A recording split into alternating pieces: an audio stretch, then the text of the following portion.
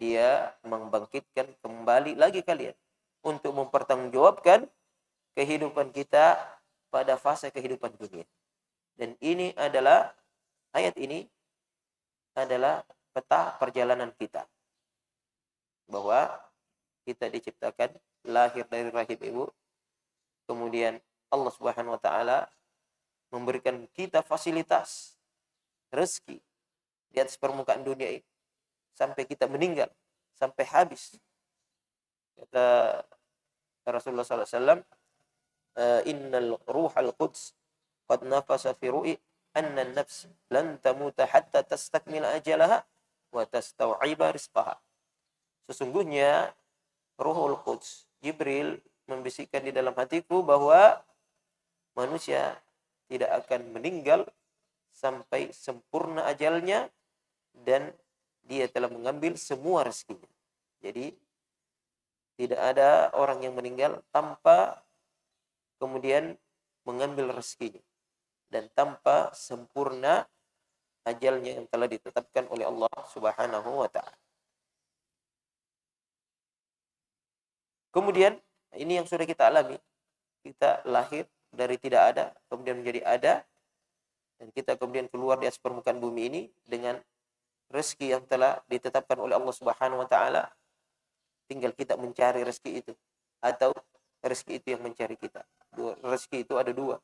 Kita harus cari dan dia yang cari, yang datang sendiri.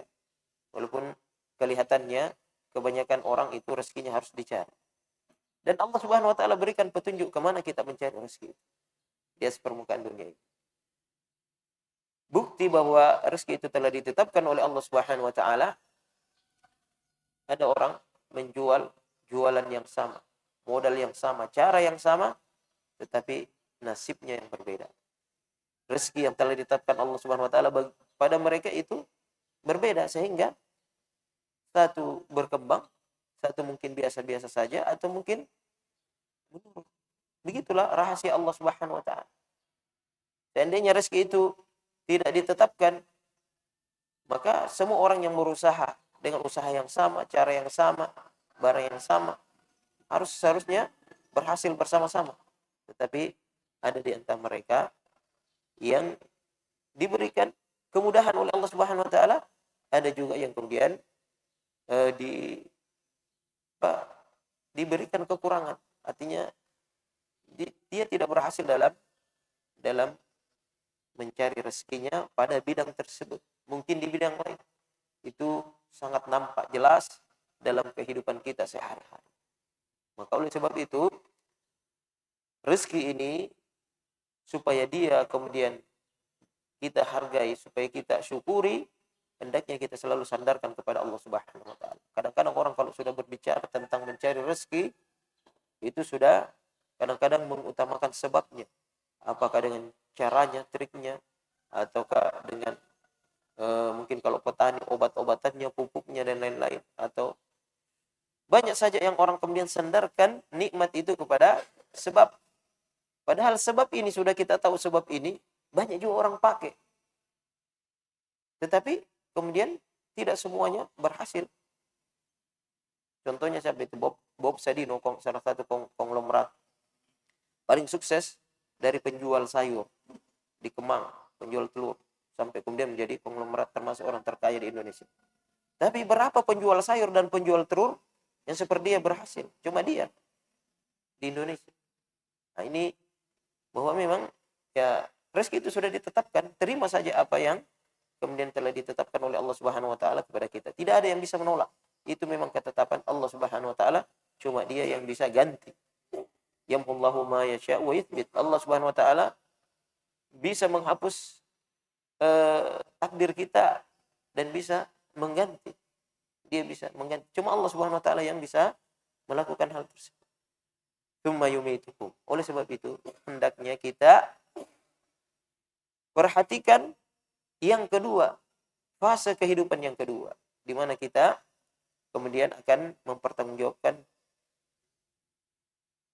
semua apa yang kita lakukan di atas permukaan dunia. Tsumma yuhyikum, kemudian Allah Subhanahu wa taala membangkitkan kalian lagi untuk mempertanggungjawabkan apa yang kalian telah perbuat di atas permukaan. In khairan fa khairan. Kalau dia bagus, maka akan kita mendapatkan pahala. Wa in syarran fala yalumanna illa nafsahu. Kalau dia melakukan dosa dan maksiat kepada Allah Subhanahu wa taala di dunia, tidak melakukan kewajiban, maka jangan dia menyesali kecuali dirinya sendiri. Maka di dunia boleh kita didahului, boleh orang melampaui kita dalam masalah rezeki, tapi hendaknya kita berusaha melampaui mereka dalam masalah akhir. Kata Hasan Al-Basri, kalau engkau melihat orang melampauimu, melebihimu dalam masalah dunia, rezeki dunia, maka usahakan engkau melampaui mereka dalam masalah akhir. Ini yang penting karena dunia ini hanya sebentar. Begitu kita diucapkan inna lillahi wa inna ilaihi rajiun, si fulan telah meninggal, selesailah dunia itu, dan itu datang tiba-tiba, kita tidak tahu kapan datangnya.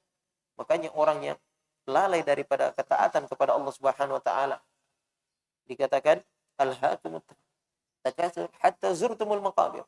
Orang-orang yang lalai, yang sibuk mengumpulkan harta benda, jabatan dan lain-lain sebagainya di dunia, nanti yang buat kaget dia itu kalau sudah diucapkan baginya innalillahi wa inna ilaihi rajiun. Barulah kemudian dia kaget, ya Allah, kenapa cepat sekali? Seandainya saya terlambat, seandainya bisa ditunda, saya mau bersedekah dulu dan saya mau jadi orang soleh. Itu yang disebutkan dalam surah Al-Munafiqun. La akhartani ila ajarin qarib la asaddaqa wa akum minasalihin. Jangan kita kemudian menjadi seperti orang ini, nanti menyesal setelah dicabut nyawanya. Baru kita mau tidak ada lagi kesempatan yang kedua. Oleh sebab itu memang kita harus tahu ini, bahwa setelah kehidupan ini ada kematian, dan setelah itu ada pertanggungjawaban di hadapan Allah Subhanahu wa taala. Hal min syurakaikum may yaf'alu min dzalikum min syai'. Ini juga adalah pertanyaan yang tidak butuh jawaban. Apakah ada serikat selain Allah Subhanahu wa taala bisa melakukan itu? Bisa menghidupkan, bisa mematikan, bisa membangkitkan lagi. Tidak ada.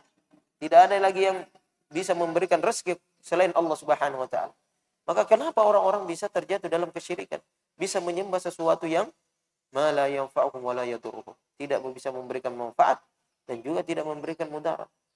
Maka hal min syurakaikum man yaf'alu min dzalikum min syai', ini sebenarnya artinya adalah tidak ada serikat yang mereka ada-adakan, manusia yang sebutkan dia sebagai sesembahan dewa atau apapun yang bisa melakukan hal tersebut, melakukan menciptakan manusia, memberikan rezeki, mematikan dan membangkitkan lagi.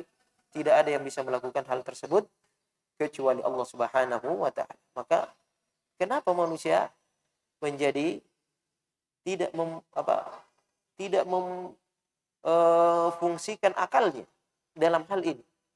Maksudnya, kenapa dia bisa menyembah hal-hal yang sia-sia, yang tidak bisa menolongnya di dunia, lebih-lebih lagi di akhirat? Ini pertanyaan kepada orang-orang yang terjatuh pada kesyirikan, terjatuh pada hal-hal yang melanggar hak-hak Allah Subhanahu wa taala. Sebab hak Allah Subhanahu wa taala adalah haqqullahi 'alal 'ibad ay ya'buduhu wa la yusyriku bihi syai'an. Hak Allah Subhanahu wa taala kepada hamba adalah dia harus menyembah Allah Subhanahu wa taala. Di dunia ini itu adalah tugas hamba. Ay ya'buduhu wa la yusyriku bihi syai'an. Menyembah tidak cukup situ, tapi tidak boleh juga memperserikatkan dia dengan sesuatu apapun dalam ibadah itu, dalam semua keyakinan. Tidak boleh kita memperserikatkan Allah Subhanahu wa taala. Oleh sebab itu, mungkin kita tidak terjatuh dalam penyembahan secara langsung terhadap berhala-berhala atau pohon-pohon atau apa yang dianggap keramat, tetapi ada mungkin i'tiqad juga, keyakinan-keyakinan yang biasa kita dengar sebagai, kalau di Bugis itu ada pamali. Nah, itu masuk kepada menyerempet kepada kesyirikan. Dan paling utama adalah lau. Nah, kata-kata lau, karena itu adalah syirik kecil yang bisa membahayakan kita. Lau, sekiranya, terhadap sesuatu yang sudah terjadi. Sekiranya dulu kau pakai ini, sekiranya dia begini, sekiranya dia begini. Pada hal yang telah lampau, yang sudah terjadi, tidak usah kita menyebutkan lau. Dan itu adalah di antara perkataan syaitan yang dia bisikkan kepada manusia. Oh, kalau begini, kalau begini, kalau begitu. Kecuali yang akan datang, boleh kita, oh bagaimana kalau begini, bagaimana kalau begitu, tidak masalah, itu kan masuk dalam pilihan, masuk dalam kemudian khiyar manusia untuk mencari manfaat. Yang dilarang adalah sesudah, atau menyandarkan sesuatu kepada selain Allah Subhanahu wa taala, menyandarkan nikmat. Kalau bukan ini, kalau bukan itu, kalau itu masih biasa lepas dari lidah-lidah kita. Sebab itu kita harus murnikan tauhid ini untuk senantiasa terbiasa menyandarkan segala sesuatu kepada Allah Subhanahu wa taala, dan kemudian tidak mengandai-andai terhadap takdir yang sudah lewat. Yang sudah lewat ya sudahlah, itulah yang terjadi dan itulah yang telah ditetapkan oleh Allah Subhanahu wa taala. Subhanahu wa taala amma yusyrikun. Maha suci Allah Subhanahu wa taala. Maha tinggi Allah Subhanahu wa taala dari apa yang mereka syirikatkan. Tidak pantas mereka mensyirikatkan Allah Subhanahu wa taala dengan ciptaan yang tidak bisa melakukan perbuatan-perbuatan ilahi. Perbuatan ilahi adalah menciptakan, kemudian memberikan rezeki, mematikan, menghidupkan, bisa memberikan manfaat dan menolak mudarat. Maka kenapa Allah Subhanahu wa taala sangat benci terhadap kesyirikan? Karena orang tersebut adalah orang yang tidak tahu berterima kasih kepada Allah Subhanahu wa taala, tidak tahu diri. Karena Allah Subhanahu wa taala yang telah menyiapkan segala sesuatunya baginya di atas permukaan bumi ini, tetapi dia kemudian meninggalkan Allah Subhanahu wa taala, mencari yang lain. Ini seperti orang, dia punya karyawan, dia gaji, dia kasih tunjangan tiap bulan, tetapi dia kerja di perusahaan yang lain. Mana tidak marah bosnya? Sama Allah Subhanahu wa taala, lebih lagi. Maka kesyirikan ini menghancurkan segala-galanya dari amal saleh. Bahkan Rasul pun seandainya dia melakukan kesyirikan, maka dia pasti akan hangus semua amalnya. Ulaika alladziina atainahumul kitaba wal hukma wan nubuwah. Mereka itulah yang kami berikan kitab, al-hukma, kebijaksanaan, wan nubuwah, dan kenabian, walau asyraku lahabita anhum ma kanu ya'malun. Seandainya ada di antara mereka yang melakukan kesyirikan, maka semuanya akan terhapus dari amal saleh. Walaqad uhiya ilaika wa ilal ladzina min qablik lain asyrakta la yahbatanna 'amal. Dan sungguh kami telah mewahyukan kepada engkau Muhammad dan kepada orang sebelummu Muhammad, seandainya kamu melakukan kesyirikan, maka semua amal kamu akan terhapus. Oleh sebab itu, jemaah sekalian yang insyaallah dirahmati oleh Allah Subhanahu wa taala, jaga akidah kita, jaga tauhid kita dari noda-noda kesyirikan, dari pemahaman-pemahaman, dari keyakinan-keyakinan, dan kemudian kata-kata yang di sana mengandung kesyirikan, sehingga kita datang kepada Allah Subhanahu wa taala dengan qalbin salim, dengan hati yang selamat dari kesyirikan ini, sehingga kita mendapatkan ampunan Allah Subhanahu wa taala berapapun dosa kita menghadap Allah Subhanahu wa taala. Tsumma laqitani la yusyrik bi syai'an ataituhu bi qurabil ardi maghfirah. Kemudian dia datang kepadaku, dia tidak mempersyirikatkan denganku sesuatu apapun, maka aku datang kepadanya dengan sebesar bola bumi, sebesar bumi itu ampunan. Subhanakallahumma bihamdik, nasyhadu an la ilaha illa anta, nastaghfiruka wa natubu ilaik.